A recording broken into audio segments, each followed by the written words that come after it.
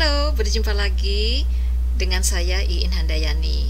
Kali ini saya akan berbagi tentang bagaimana caranya menciptakan atau membuat ide-ide riset yang menjual. Ya, artinya ketika kita menulis grants proposal, maka proposal kita itu akan diterima karena idenya yang bagus, begitu ya. Yang pertama adalah tentunya judul. Ya, ketika membuat judul itu judulnya harus betul-betul terlihat trendy dan tidak umum ya. Jadi unik ya. Jadi jangan memakai judul-judul yang pengaruh apa terhadap apa atau impactnya apa terhadap apa, the impact of something to something, tapi buatlah sesuatu yang menunjukkan solusinya juga di situ. Jadi misalnya ya, kontribusi apa terhadap apa atau solusi apa dengan menggunakan apa, misalnya seperti itu. Jadi di dalam penulisan judul tersebut harus ditunjukkan solusinya dan jangan terkenal menunjukkan kalau kuno begitu penelitiannya ya. Jadi jangan itu ya. Jadi harus trendy atau up to date, itu yang pertama.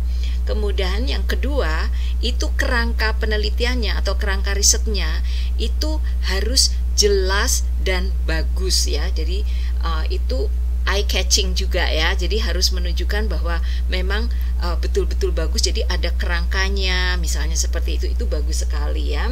Kemudian juga sebelum menciptakan atau menuliskan ide-ide penelitian tersebut, itu harus mengamati fenomena-fenomena yang ada di sekitaran, baik fenomena lokal, fenomena regional, nasional, bahkan global ya. Itu harus dituliskan secara rinci. Kemudian juga kita harus mengaitkan dengan rencana pembangunan negara ya, rencana pembangunan negara dalam waktu 5 tahun, 10 tahun. Kemudian kalau sekarang ini ada masa pandemik, kemudian dikaitkan bagaimana kita sebagai suatu negara itu mengatasi pandemik tersebut.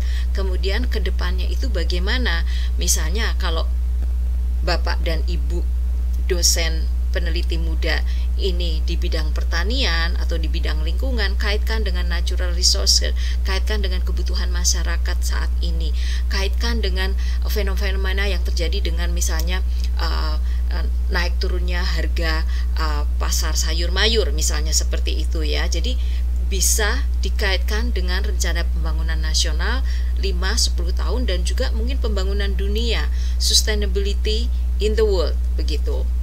Kemudian yang kelima adalah make sure penelitian pribadi kita ya, penelitian yang kita miliki secara pribadi itu matching dengan rencana pembangunan ke depan ya. Bukan berarti kita menjadi kutu loncat, tidak, tetapi usahakan ada benang merahnya rencana-rencana penelitian itu dengan rencana pembangunan ke depan dalam kaitannya dengan science for science atau science for people. Oke, karena mau nggak mau science itu ada untuk help people kan ya, tapi kita harus menjawab pertanyaan why-nya itu melalui science ya. Science itu bisa science yang science ya, atau social science misalnya seperti itu ya. Kemudian selanjutnya adalah mencari literatur yang relevan dan up to date. Jadi jangan pakai literatur yang kuno. Usahakan tidak pakai literatur dari textbook, karena textbook itu kan sudah lama ya, biasanya sudah lama kemudian baru diterbitkan misalnya ya. Tetapi kalau yang terbaru adalah artikel-artikel ilmiah, bisa dicari melalui Google Scholar ya. Jadi cari artikel-artikel yang relevan dengan riset map kita ya, kemudian juga dengan rencana pembangunan nasional ataupun mungkin global ya. Itu selanjutnya mencari partner ya, itu yang keenam, mencari partner penelitian yang cocok ya. Jadi bidang ilmunya itu cocok, atau secara kalau diskusi, kalau misalnya tukar menukar ide itu cocok dan enak, kalau ketemu juga nggak susah misalnya dan bisa dipercaya. Itu partner itu penting, karena kita sebagai seorang peneliti atau seorang dosen muda yang sedang meniti karir itu tidak bisa hanya sendirian berkiprahnya. Jadi itu bukan pekerjaan yang solo ya. Jadi kita harus punya peer ya, kita harus punya partner, kita harus punya kolaborasi ya, dan itu terserah mau kolaborasinya dengan orang yang sama atau berganti-ganti, tapi harus punya seseorang yang dalam artian dipercaya secara scientifically dan juga secara batiniah begitu ya. Kemudian yang ketujuh tentunya sudah punya kerangka pikir ya, kerangka pikir tentang penelitian, kemudian membuat ide besar, kemudian membuat map riset dikecilkan begitu, jadi besar, mengecil ya. Kemudian ingat, goalnya itu adalah bisa science to science, science for science, and science for people. Untuk negara-negara berkembang pada umumnya dipilih science for people karena kita ingin membantu kehidupan hajat orang banyak dengan keahlian kita ya. Kemudian yang ke-8 adalah menentukan variabel-variabelnya ya. Variabel-variabelnya itu bisa variabel-variabel yang dasar ya, yang klasik, yang memang dari bidang ilmu Bapak Ibu sekalian, tetapi juga yang modifikasi. Jadi interdisciplinary.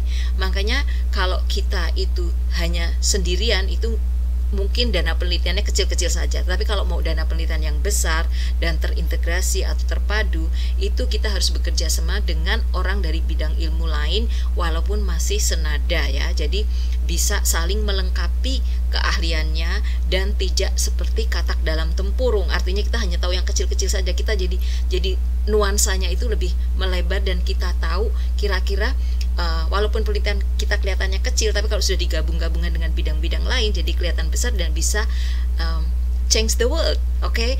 Or change the science yang kita tekuni begitu. Kemudian yang ke-9 adalah kita harus bisa mencari teman diskusi yang selaras, dalam artian mengerti tentang ide-ide kita, mengerti tentang rencana-rencana kita, mengerti tentang variabel-variabel yang kita kembangkan, dan juga mengerti tentang subjek penelitian. Artinya apa?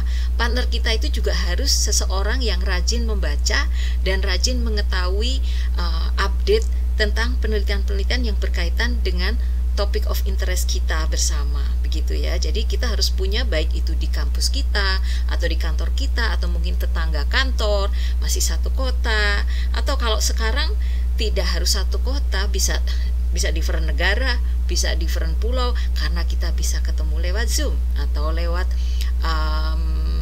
Google Hangout begitu ya. Jadi kita bisa bertemu dimanapun, kapanpun untuk membicarakan masalah penelitian. Kemudian yang ke-10 tergantung.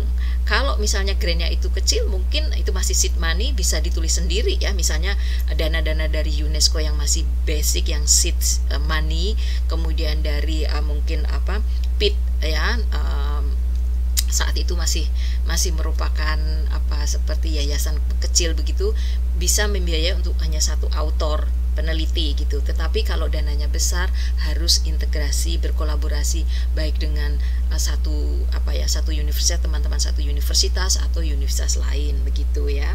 Kemudian yang ke-10 adalah budget. Nah, kadang-kadang kalau saya itu kesulitan sekali untuk menulis budget. Nah, budget itu bisa diserahkan ke lembaga penelitian yang ahlinya memang membuat budget. Kemudian sebagai peneliti kita menyerahkan saja kebutuhan-kebutuhan kita tuh apa, jadi bisa dibuatkan budget. Jadi mengurangi beban kita ketika menulis. Kemudian langkah yang sebelum yang terakhir ini ya, yang ke-11 adalah selalu mereview, merevise dan read lagi paling tidak 2 minggu sebelum deadline.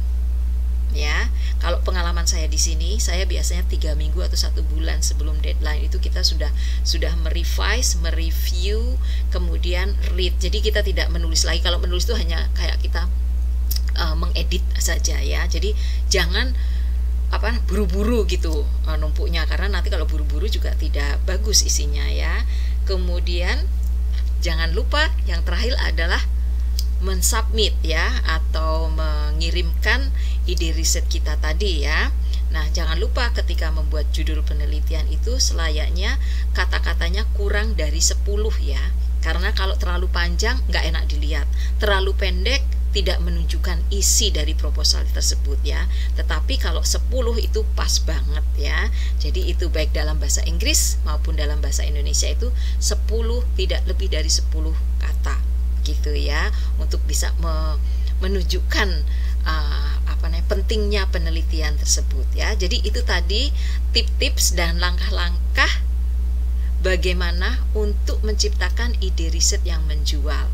Kunci yang paling pokok adalah harus punya riset map ya, yang memang up to date dan sesuai dengan rencana pembangunan. Baiklah, sampai bertemu lagi di video mendatang. Semoga bermanfaat. Sampai bertemu lagi. Bye-bye.